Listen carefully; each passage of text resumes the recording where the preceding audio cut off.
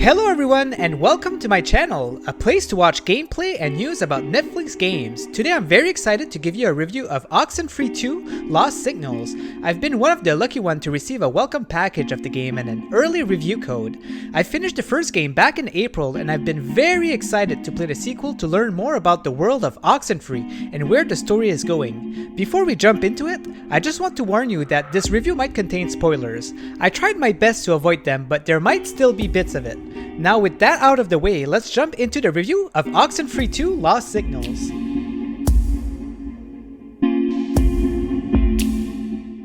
So the game is a sequel that is happening 5 years after the events of the first Oxenfree.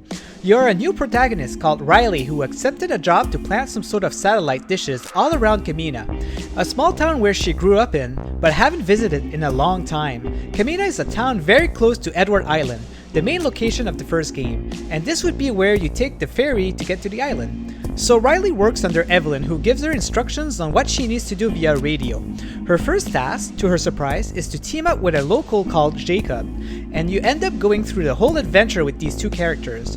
Throughout the story, some weird stuff starts to happen, and you encounter a group called Parentage, who is part of what's happening around you. Most people who will play the sequel will be for the story, and it really delivers. It was really nice diving into these characters while learning even more about the mysteries of Edward Island. During a behind-the-scenes video showed from the developers, they mentioned that you don't necessarily need to play the first one, but I just want to encourage you to do so. There's so much stuff happening in relation to the first game, and it's almost a must just to relate to the initial story of the game. For those who don't know, the way the gameplay, as you might have seen here, is you walk around to objectives to then uncover more story to then continue to another point. Sometimes there are little puzzles here and there, but they are never too hard. It's not a game meant to be difficult, it is a narrative experience, almost like watching a movie with interaction. During the walking parts, there's always some narrative between you and Jacob that keeps you interested until you get to the next point. If you run out of dialogue, you can also contact people from your CB. Speaking of which, let's dive into that mechanic. Like the first game, you have a radio that you can use for multiple things, like obviously listening to the radio, but it's also a way to get in contact with the paranormal stuff and unlock certain doors. It was a very nice gimmick in the first game and it returned in this one. This time around you also get a CB. With it, you can tune in different channels to talk to people, like your instructor, a ranger, and other people like that. It's very cool that they added a way to optionally speak to other people when you feel like it. It gave me a reason to pop it out instead of having no one talking while going to an objective. But there's not really any silence because of the music.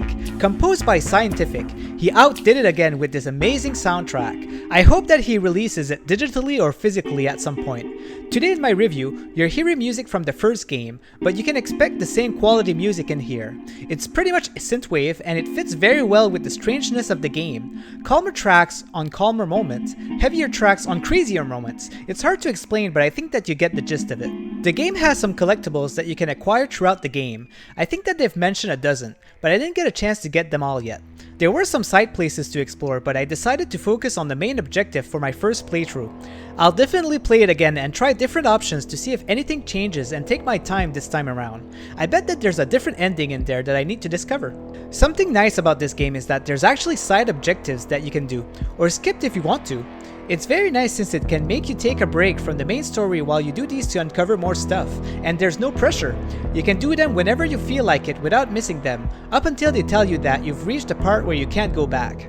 The graphics are very artistic and very similar to the original game. I like that they kept it like that. You can even see similarities in the character movements. In some games, you just have to stay true to the original, and this is one of them. I was able to run the game on max settings on my potato PC without any hiccups. I did not encounter a single glitch throughout my playthrough. It felt very polished and almost nothing broke me from the immersion of being in the shoes of Riley. I'm saying almost because there's just this one small nitpick that I have to say, and it's very small. Sometimes you could notice that the character lines were recorded in a different session. For example, you could hear Jacob say a line, then the other line would feel maybe lower in volume with maybe a little less expression, and then the other line would go back to the same as the first line. It's as if they had to re-record some lines for some reason. It wasn't too bad, but enough that I had to say it. The game has some achievements on PC, of course. You get some story progression achievements, and I think that you get one for every single collectible that you get. You also get some for doing something optional that someone tells you to do, but I don't want to get too much into it since I'm sure that you'd like to discover them yourself.